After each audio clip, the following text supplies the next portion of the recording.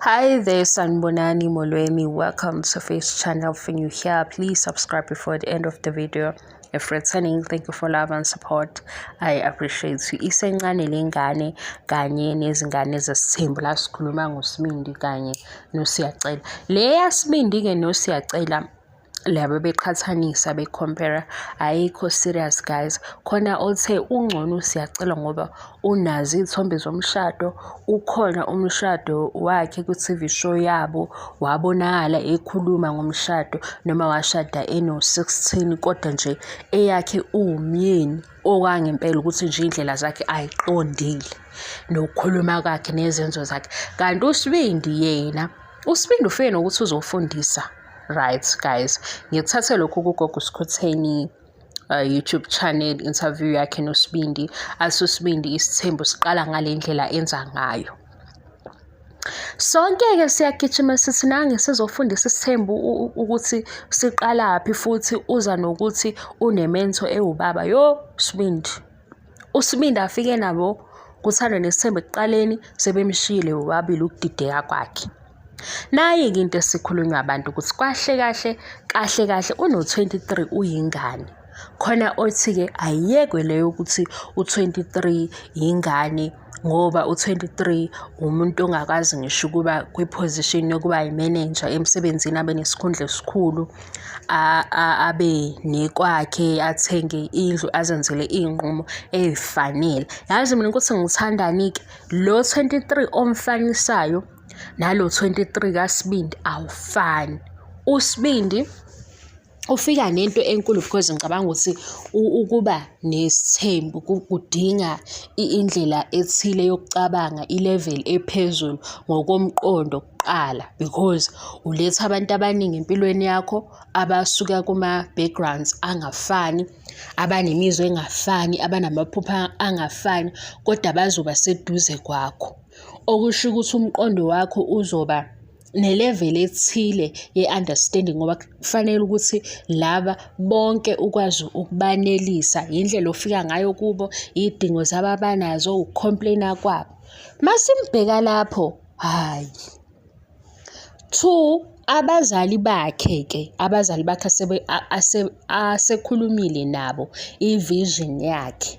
Bayamuzwa yini bona? Guys, ngicela niphendule. Abazali bakhe bayamuzwa? Mhlawumbe ubaba-ke ngoba ubaba unesifiso sokuthi kuqhubeka iphupho labo lesithembu nomndeni omkhulu yena. Kodwa uMayeni, ningakhulumi iphutha. uMayeni ufike wakhuza ubuncane bakhe, wakhuza ukugagamela kwakhe, wakhuza futhi ukuthi nalaba anabo indlela akhuluma ngayo nabo ithini.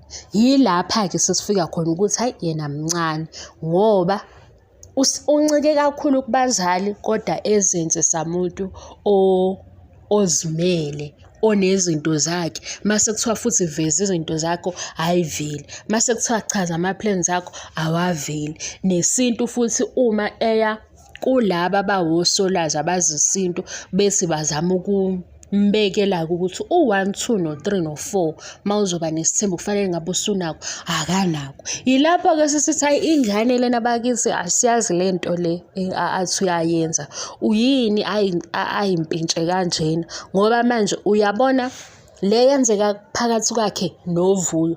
Beyifuna ozoba mdala ngomqondo nokhuluma futhi azi ukuthi uVuyo ukuphi ngokwakhe umqondo. No, sithola nje ukuthi ayibona ingane ichoma lento emenza ukuthi achome kanjena ukuthi ubaba wakhe ubani, ubaba wakhe unani, and ubaba wakhe ube kuphi, wadlula kulezo zimo azaziyo. Yena usesebenzisa lokho ngoba la kumabonakude upartner wakhe ofuna ukuqhubeka naye usukhuluma ngayo emphakathini, kumele ukhulume ngendlela ezosala ngokuthi noma ufike ehleba kodwa ngizosho ukuthi hayi cha, iyazwakala into ayikhuluma. Into engisho nje angimuzwa uPhakeme, unokudelela, unento futhi yokuthi angazi noma emqondweni wakhe ubuye ethi mhlampe vele bazele ukuthi kuye uyingane kaMseleko. Kunalokho nje futhi-ke abe manipulative. Yilana-ke sesithi awuyingane le esa-explore-a, efuna ukuyijolela, ey'thandela amantombazane. Uma sekusile-ke kuye emqondweni, yila azosho ukuthi ngempela iSthembu into yakhe noma uzoba nonkosikazi oyedwa. Ngoba kuyimanje uma silandela ishow, ngoba into engiyikhulumayo yonke iqondene ne-show, angeke sisho ukuthi ngempela uSibindi uzogcina enaso isithembu. Yabo uMayeni mayethi ngiyafisa ukusibona lesi sithembu ozosenza wena ngoba usahamba nemoto elimele, awusizi la ekhaya, umnini fanele efunde kuwo izinto ozenzayo. Mase sibala-ke izinto azenzayo yena, siphinde futhi silalele ney'nkulumo zakhe. Khona manje nje ubekhuluma ngama-true colours, thina siyibuza ukuthi hayi bo, wama kwelinye iside wakhuluma ngama-true colours, kade wenza izinto ezingaka. What if ubuwena nawe lobo? Ngoba kade ekhuluma noVuyo uthi ezinye phela izinto ey'hamba y'vele ngokuhamba kwesikhathi umuntu usuke eziveza ubuyena. Nizwile iy'ndaba zaSibindi ku-social media ey'ngakanani? Nathi saye sathi hayi bo. Abanye baze bathi hayi mhlampe abambhekisise kahle. Abanye-ke bethi hayi usaphethwe ukudlala.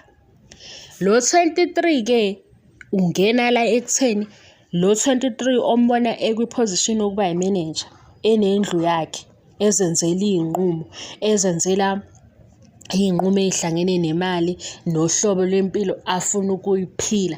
Mfake-ke kuSibindi ubone ukuthi into efanayo yona. Yilana sesithi hawu ingane le, ngoba lo uyagijima kubazali. Even into ayisho ngo-first wife, uthi yena bekufanele ukuthi akhulume nabazali kuqala. Angithi ufuna i-back up ukuthi-ke nobaba uyayivuma lento. Mayese kukhuluma ukuthi u-first wife ume kanjani, useme ngokuthi ubaba uvumelana naye. Akanayo into yokuthi uVuyo noSibindi, uVuyo noTirelo bakhona kuqala, okufanele ukuthi ayifake lento okubona ayizwayo ukuthi iyiqiniso, bayizwe before eye kumzali. Yena unama-plans afaka uVuyo noTirelo, kodwa ukhuluma noMseleko. Maku-approve-ke uMseleko bona ngathi lento iyazwakala, ima eyakuVuyo. uVuyo lo asathembisa umndeni wakhe izinto eziningi. Sibuka lapho ukuthi hayi ngeke ingane le mhlampe nabantu bazodinwa besho konke abakushoyo, bemthuka abamthukayo, kodwa hayi akakavuthwa. Yena ngayitshela ukuthi nibukisisa we-guys, uma kukhona okenaki, ngisho ukukhuluma, ngisho ukunyakaza. Ungathi laphaya mabeshutha uSibindi basuke bembekela uMseleko edlala kuThando Nesithembu, a-act kubaba wakhe. Uyabona makuthiwa yini lento ayisho uZodwa kuGomora esekhuluma isingisi sakhe esiphukile, ethi bese yingane.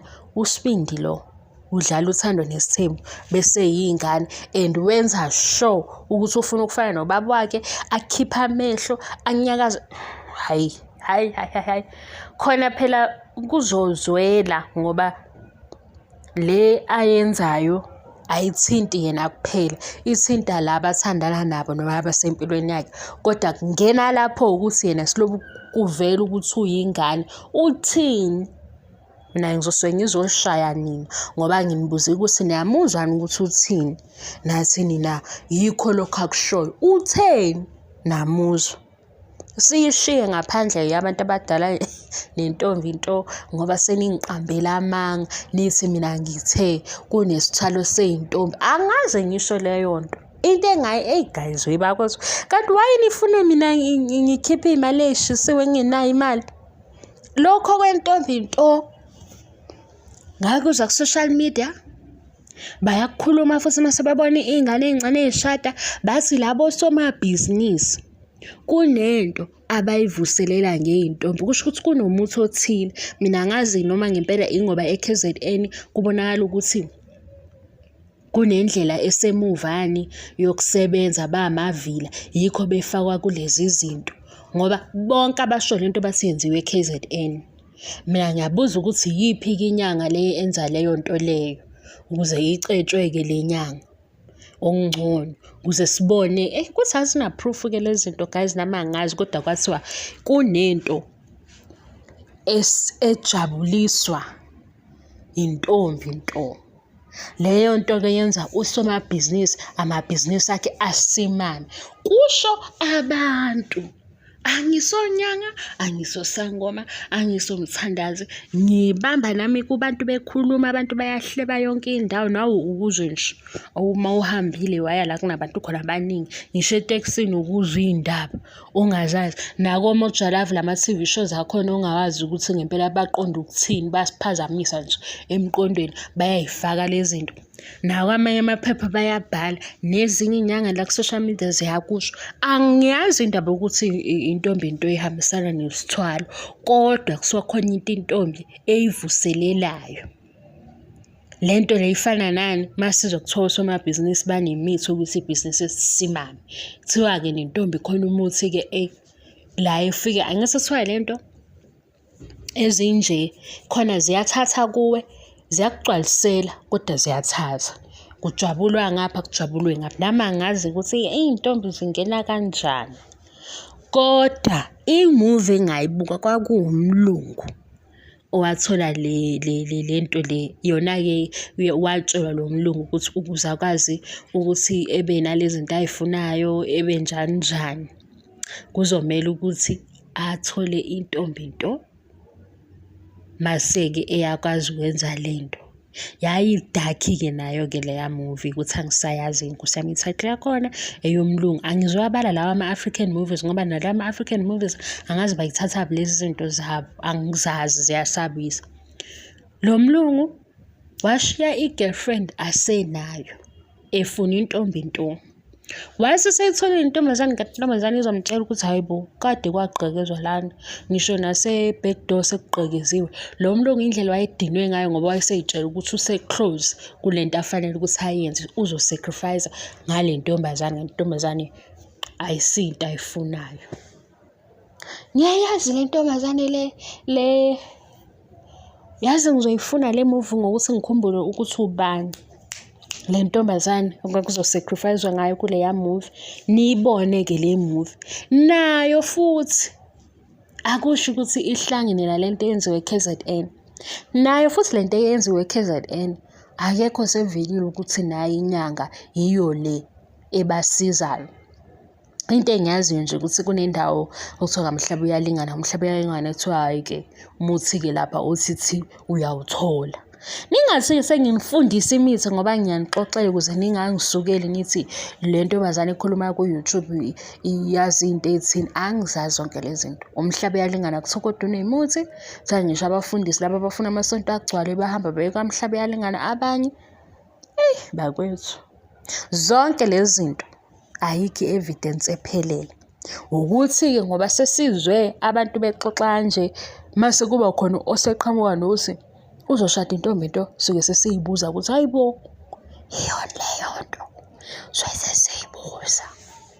Kakhulukazi-ke futhi uma bezobuye bevele ney'nyanga esingayiqondi kahle, siyayibuza ukuthi hayi bo, angithi nababona nje babe sebehleli ney'nyanga kanye ney'ngane zabafana. Kanti kwathiwa abafana kufanele besheshe beshade bazoqhubeka ne-vision. Manje sayibuza ukuthi i-vision kanti yini i-vision? I-vision upululu. Hayi, ningangisukeli Nkosi yami, ningangisukeli. So sesiyibuza lokho ngoba nangu nansi enye inyanga niyibonile lehamba igcwele imali emzembeni. Andivela lapha kwi-TV show nengane. Abantu bayabuza ukuthi hayibo, kodwa wangathi le ngane lena yona i-confused. Lo baba yini into yakhe? Yo, waze wasiphoxa isibongo saDlamini lo baba. Hayi, kwabuza kwakuthi-ke manje kwenzakalani? Mase siyamlalela lo mntwana useqhamuka sethi nje ngizokhulisa umuzi.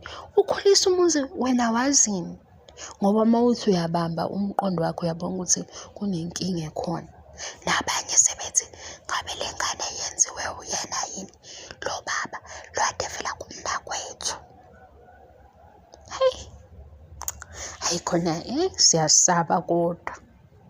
Asazi ukuthi into ekhona noma into engekho, kodwa nje siyesabe ukuthi hawu, ayikhuzwa ngani pho le nto uma ngabe ikhona. Manje ngingathi into engekho ngoba ngempela ukube mhlawumbe into ekhona ngabe sebevelile obaba baneqiniso basho ukuthi awuyekwe lo mkhuba.